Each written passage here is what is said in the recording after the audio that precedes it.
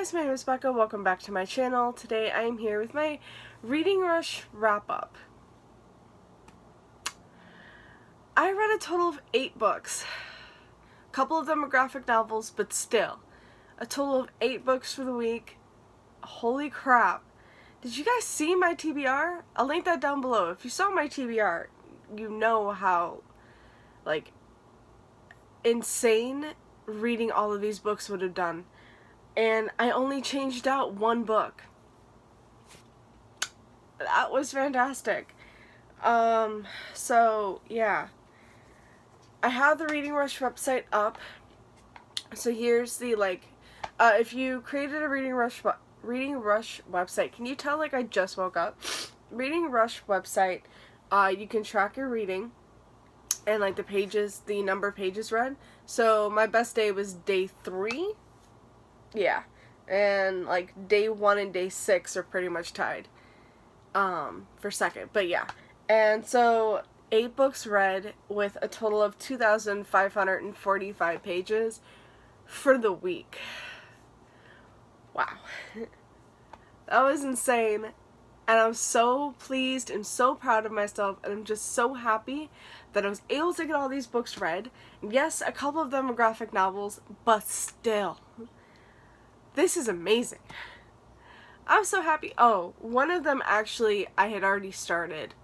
So I only read I don't know, 150 pages maybe 200.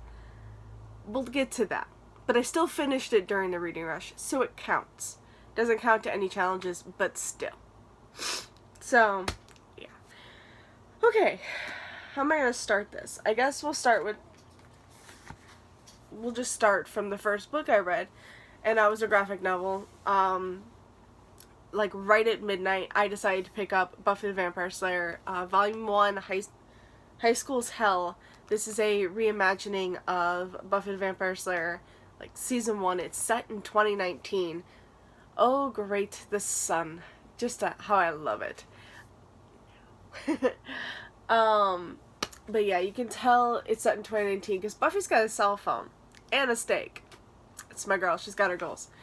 And all of the art and the characters look exactly like their actors, so it really looks like you're watching you're reading an episode of Buffy. And this was fine. I gave this 3 stars. Buffy is just so special to me. It's, my favorite show of all time. And, I watch it religiously.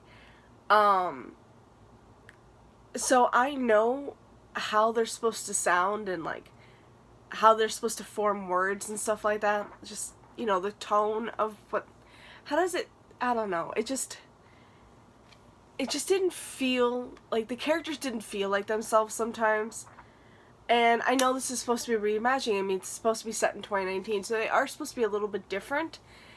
But that's not what I was really looking for. I was just hoping for them to be the exact same. Also, the differences threw me. Joyce having a boyfriend right off the bat. Okay. Robin Wood. That's the one that threw me the most. Robin Wood is the principal of Sunnydale High in the 7th season. And him being in Sunnydale High with Buffy, going on a date with Buffy, that was just really weird. And I did not like that. And I didn't like when they supposedly went on a date in season 7, even though it really wasn't a date. But still, I did not like that. And Spike and Drusilla are in this right off the bat, and my Angel, of course, is not. This was okay. I gave it 3 stars. I still liked it. And I'm still going to continue on because, that ending, that last panel, I need the 2nd volume now. I just want to know what happens. What is he going to do? He better go straight to Buffy. I'm not making any sense. But yeah, 3 stars. This is canon. but still, not my favorite. Oh, of course. It's just really hard to wow me with graphic novels, especially since, like, the season 8 graphic novel, or season 8 comics, because if you didn't know, Buffy the Vampire Slayer, of course, finished at season 7. That was the final season on on television, but it continues in comic book form. I did not like how Joss Whedon screwed my Angel so much. Really didn't like that. Alright, so next up I started and finished First and Then. I also finished this first day, so my first day was really great. Wow, the sun is just not liking me. But this is First and Then by oh wow, I didn't even tell you. Okay, Buffy the Vampire Slayer Volume 1, High School as Hell, completed the challenge of reading a book in one spot the entire time. That was that challenge. First and Then by Emma Mills. This completes the challenge of an author's first book. And at first when I was reading this, I was like, okay, this is just like every generic young adult contemporary. There's really nothing special about it. And then you get to, like, the heart of this book. Whew, man. So this one follows Devon. Sorry, it's been a little bit since I've read this, so I'm trying to remember exactly. But this one follows Devon, and she's in high school. I think she's in her senior year of high school with her best friend Cass, who's, like, she's crushing on him so hard right now. And, her cousin comes to stay with her family after, losing his dad, and stuff's going on with his mom. And so her cousin comes to stay with them. And she has gym class with her cousin Foster and Ezra, this new football player that they got. Her best friend Cass is also in football. And while they're in gym class, Ezra and Foster end up teaming up for, like, partner. I don't know, they end up teaming up. Why is this so hard? In gym. And Ezra finds out that Foster has, like, an incredibly, he has a talent for kicking. And Ezra wants to, like, train that and get him on the football team.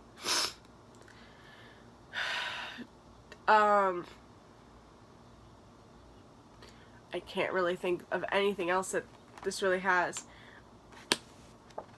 Oh my god. I mean, this is a romance between Devon and Ezra. They start to have feelings for each other, and even though at first Ezra is, like, a complete asshole, they still start to get to know each other and like each other. But that's not what this story, like, really focuses on. Yeah, it is a romance between them, and it is pretty much just like every generic young adult contemporary. But the relationship between Devon and Foster is the heart of the story.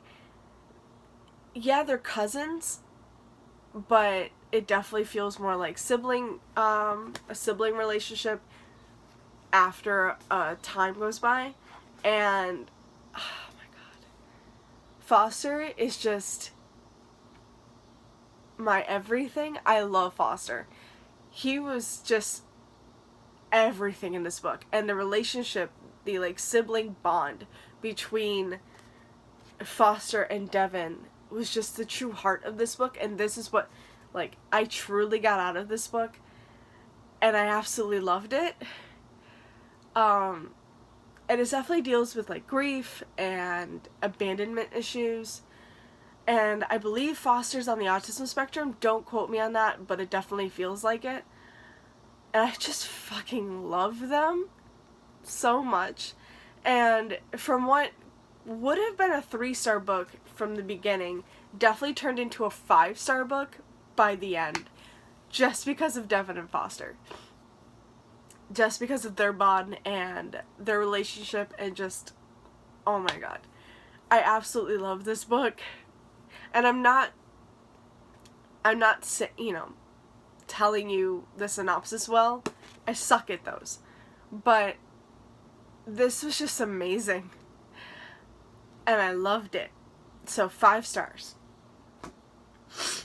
Okay, next I finished Angel's Blood by Nalini Singh. I had started this before the readathon just because Bay Crate was hosting the read-along, so I bought this and I read this. And this follows Elena. She is a vampire hunter. In this world, vampires are created by angels. And Elena is hired by an archangel to hunt another archangel, which is not done, but holy shit. This archangel is just going evil and tearing humans apart pretty much. And this is definitely an adult paranormal romance between Elena and Raphael, who is the archangel. And I love this book, and I gave this 5 stars. I didn't know about this book before the read-along. I've heard a little bit about it, and I was intrigued, but I never picked it up. And thank Bay Crate for having that read-along and having me pick this up finally, because I love this book, and I gave this book 5 stars, and I am definitely continuing on with the rest of the series, which I think there's like 12 or 13 books in the series. So, yeah, like, I have the Dark Hunter series, the Guild Hunter series, which is Angel's Blood, and I have the Black Dagger Brotherhood all going right now. And I don't care. I'm here for all 3 series, because they're so freaking good. Dark Hunter series by Sherilyn Kenyon is my favorite series of all time. Though I'm getting to the point where I started not liking the books. Not yet. I'm getting there. It's going to be a couple of months, because I read like 2 to 3 books a month. But I'm definitely getting to that point soon. And I'm really hoping I don't feel that way again, because the last time I just quit. And I don't want to quit. I want to keep going. So, yeah. Alright. Oh, I should probably tell you how many pages these were, but I can't tell you that. Like, well, I mean, I could tell you all but the graphic novels. I don't care. You guys know, 2,545. Alright, after Angel's Blood, I picked up The Prince and the Dressmaker by Jen Wang. This is a graphic novel. Okay, this one follows Prince Sebastian, who likes to wear dresses. Okay, there's Prince Sebastian, and he likes to wear dresses. He likes to go out in the town. This is set in France, by the way.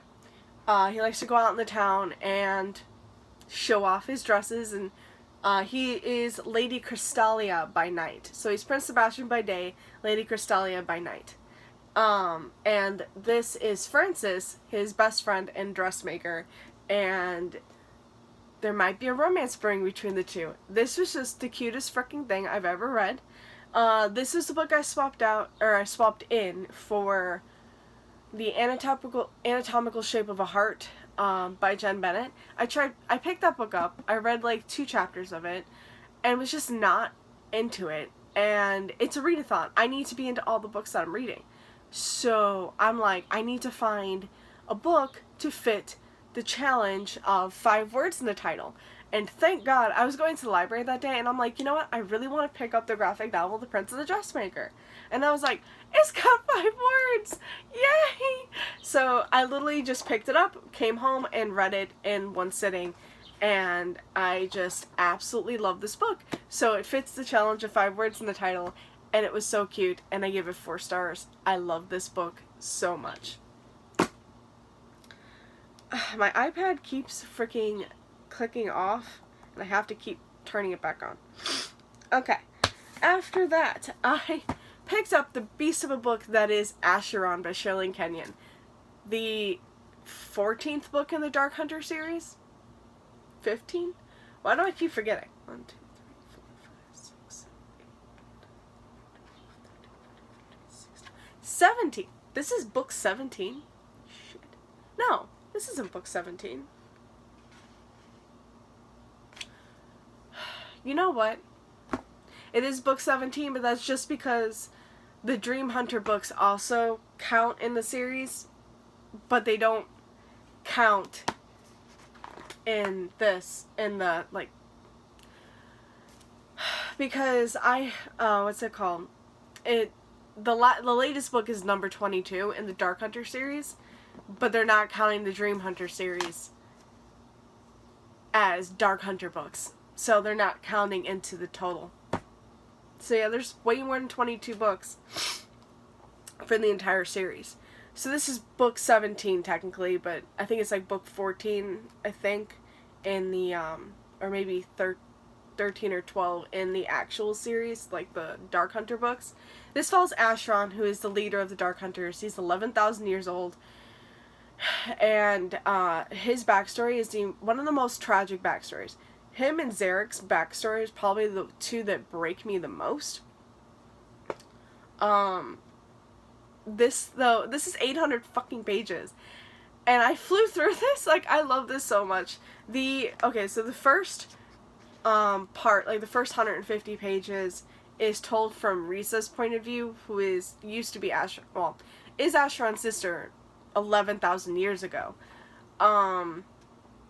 And it's told in like her point of view from her diary, and then after that it goes, I think, into Acheron's point of view 11,000 years ago. We're still like 11,000 years in, or 11,000 years ago, up until like page like 450 or something, because you got to get his entire backstory to understand why he is the way he is, and why he's still one of the most compassionate fucking people you could ever meet. He was screwed from the beginning he was born. He was a slave, and not just any slave, he was a sex slave. And he was beaten, he was raped, he was drugged, he was just anything under the sun you can think that they could do to him, they did to him. It was one of the most disgusting things ever. And this happened to him repeatedly until he died. And then he's reborn, and you find out he's an Atlantean god, and he doesn't want to hurt anybody. If anything, his Atlantean mother, the goddess of destruction, okay, she's the one who wants to hurt people. But his father, his Atlantean father, is the god of creation. And when Acheron was conceived, before he was born, his sisters, the three Fates, prophesied that he would be the destruction of the Atlantean pantheon. So his father, Archon, I have no idea. Like, I say Acheron, but I guess it could be Acheron, but it is supposed to be Acheron. Like, his nickname is Ash. But his father, I'm just gonna call him Archon, because I don't like Archon. So, his father, Archon, demanded that he be killed. And his mother, Apollimi, the goddess of destruction, was like, no, screw that. So she hid away, ripped the baby from her womb, and put the baby into a human queen to have her son and to raise him as her own until he, came into his powers and came back to the Atlantean pantheon. But man, does he just, from the minute he's born, he's just screwed. He can't catch a break. And after 450 pages of all of that, which, by the way, I cried almost with every single page, you're finally 11,000, or you're finally in the present day, or at least where this is set, like 2005, 2000, something like that. I don't even know. 2008. So you're finally in like the present time, modern time, in New Orleans, and he meets Tori, who's a character you've actually met before in the Dream Hunter series. Yeah. And the one I didn't like, the Artikos one. Oh man, I hated that book. But you meet Tori, and she really helps Acheron, and she really loves Acheron. And the thing is, he hasn't really had any luck with finding people to love him without wanting anything from him. And Tori, other than his sister, but Tori does, and their romance is just so freaking beautiful, and I love it, and I love Tori, and I love Acheron. I've always loved Acheron, and I've read this book before, and I read this, I think, a couple of times, and every time I read this, it still breaks my heart, but it's still one of the most beautiful things by the end. And Artemis is a bitch, and I hate her, but I love this book so much. And I love Simi. She's my girl. I love my Simi. She's my demon, and I love her so much. And obviously 5 stars. This one, when did this complete? I don't even remember what challenge this completed. Non-human main character, because he's an 11,000-year-old god. Yeah. Alright, and then Lover Eternal by J.R. Ward. This is the next in the Black Dagger Brotherhood series. Like I said, I'm into all of these series right now, and I'm really into them. This follows Rage. He has a beast inside of him, so the only way to quell the beast's hunger is to either fight or to have sex. It's the only way to quell the beast. So he has a lot of sex with people he doesn't really care about. It's a lot of meaningless sex, but he has to do it in order to quell the beast, so the beast doesn't come out and like kill people, because it does. And when he's the beast, he doesn't know what he's doing. He doesn't remember anything after that. He's a mindless beast that is bent on destruction. And so then Rage meets Mary. And Mary is the first person that Rage has ever met that doesn't like annoy him right off the bat, and he instantly desires her. But he knows that if the beast is ever let loose, the beast would kill her. Or would he? That's the thing. I love Rage and Mary's romance. They're just so freaking beautiful. Sometimes Rage does stuff that like pisses me off, but then so does Mary. Mary is also she has leukemia. She's about like the leukemia is like reached its final stage.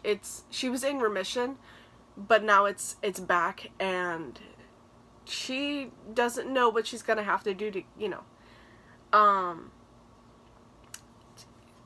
to get it to go back to remission. She is so she doesn't want to get into another relationship just because, like, she doesn't want to get into a relationship because she doesn't want to leave Rage, but she's also being hunted by lessers, which are like the enemy vampires in this. And so since she's being hunted by them, she has to stay with Rage in the Black Dagger Brotherhood compound. And yeah, their romance just blossoms from there. And he just wants to stay with her and help her, get better. And he's just like, I'll do whatever I have to help you get better. I don't care how sick you get. I'm here for you. And it's just so beautiful. And I love their relationship. I love their romance. 5 freaking stars. And what did this complete?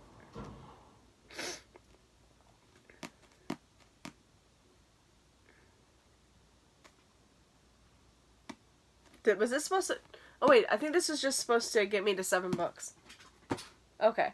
Oh, I forgot about this one. I thought I was nearing the end. Howl's Moving Castle by Diana Wynne Jones. This completed the challenge to... for the read a book and watch the movie adaptation. I did that. I finished this Saturday morning, and I ended up watching the movie Saturday night when I got home. I love the movie. The movie's a 5-star all the time for me. That movie freaking, oh my god, I love that movie so much. This book, nah, this is okay. This follows Sophie, who works in a hat shop, and she is cursed by the Witch of the Waste to become an old woman, okay? So, she's an old woman now, and she has to leave her home and everything so nobody thinks anything is suspicious. And she goes to Howl's moving castle and hopes that Howl can break the spell. But when she gets there, she makes a deal with the fire demon that lives in the castle to help him break his contract with Howl. And so she becomes Howl's cleaning lady in order to help break the contract between Calcifer the fire demon and Howl, who's a wizard. The movie does it better. There's so much that the movie does better, in my opinion. Just, the book, this is a middle grade, but the book just focuses so much on how Howl is so vain and like a womanizer, and I'm just like, the movie doesn't really focus on it. It focuses on the war that's going on between the two kingdoms or whatever. This barely tells you about the war. In the movie, it's all about the war, and then, you know, there's the romance that's going between Sophie and Howl, because Howl in the movie could see that Sophie was a young person pretty much right off the bat, where in this, you don't even know until the end that Howl pretty much knew. And I'm just like, I don't really care for the book. I gave it 3 stars because it is Howl, but I don't know, there's just so much of this that I didn't necessarily love. And really, to be honest, like, I was reading this just to complete this freaking challenge so I could watch Howl's Moving Castle, because it's one of my favorite movies of all time. And of course it's over there, and I didn't grab it. But still, I love that movie to death. It's one of my favorite movies of all time. Okay? Alright, finally, we're at the final book, and that is Sorcery of Thorns by Margaret Rogerson. This was to complete, to read a book with purple on the cover. You could barely see the purple. You can see it here better, but still. There is purple on the cover. This follows Elizabeth, who has grown up in the Great Library, which is like a magical library, and she's always been told that sorcerers are evil, and then one day she meets a sorcerer, and something happens in the Great Library where she needs to, like, there is an act of sabotage in the library, and it releases the library's most dangerous grimoire, and her and the sorcerer have to team up, partner up, and try to stop this saboteur who's going through all of the great libraries around. And there's a reason, which you find out, but her, Elizabeth and Nathaniel, the sorcerer, have to partner up and stop this saboteur. And then Nathaniel also comes with Silas, who is a demonic servant, which, if you've ever watched the anime Black Butler, Silas reminds me so much of Sebastian, it's not even funny. Like, I just freaking love Silas. I think he's my favorite character in this. But the romance between Elizabeth and Nathaniel is so fucking cute. I love it so much. I love this book so much. I listened to the audiobook, and the audiobook is really good. I really liked it. And I have to say, I gave this 5 stars. Even though I gave her first book 2 stars. Like 1.5 stars. I love this book so much. This was amazing. I'm so glad I read this. Oh my god, I'm so happy. I was really nervous that I wasn't going to like this. But I love this book. So yeah. I ended this book, ended this readathon so well. So here is all of the challenges, like all the badges that I got. I think I got all but 2. The two that I didn't get was to participate in the Twitter sprints, which was fine. I did not want to, I wanted to participate in one, which was Books and Lala's Twitter sprint. Hers was a scavenger hunt, and I really want to participate, but I totally forgot about it, and I'm so mad. And then the other one was to make a bookstagram, make an Instagram photo. I forgot. I was going to, like, make a picture of my TBR and just put that as it, but I didn't do it, so I didn't get 2 badges out of, what, 16, I think? Yeah, out of 16, I got 14. I'm perfectly happy. So I got the 2019 Reader.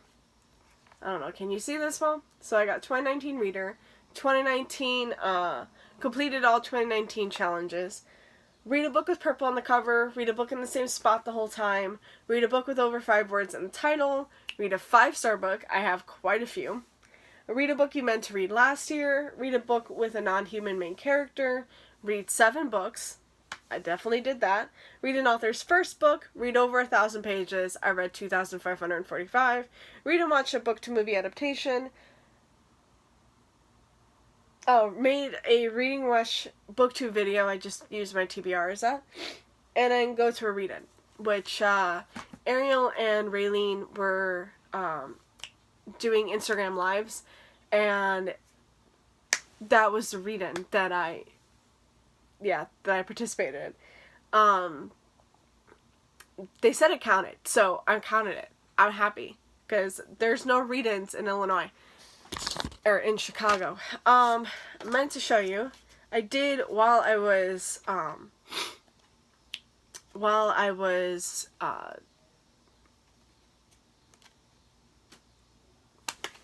is it so hard to find words? Participating in the read-in, I did order the bookmarks. I went back and forth whether or not I wanted to, but they were so cheap. It's like $6 for 3. And I don't think there's any shipping. I think it was free shipping for US. So I freaking love these. They're so cute. I'm definitely going to use them for next year's. And then they put in a little note. And it says, thanks for joining our internet read-in, Ariel and Raylene. I love this so much. Oh my god, I love this community. So yeah, that was my Reading Rush wrap up. I know this is long, and I'm sorry, but I read a lot, and I'm happy. So, next week you will definitely see the Newts week 1 wrap-up, which I'm going to focus solely on, like, getting as many books as I can read. I have 4 weeks to complete 36 books. You think I could do it? I have no clue. But, yeah. So, that's it for me today, guys. Thank you so much for watching. I hope you enjoyed this video, and I will see you again with another. Bye! Happy reading!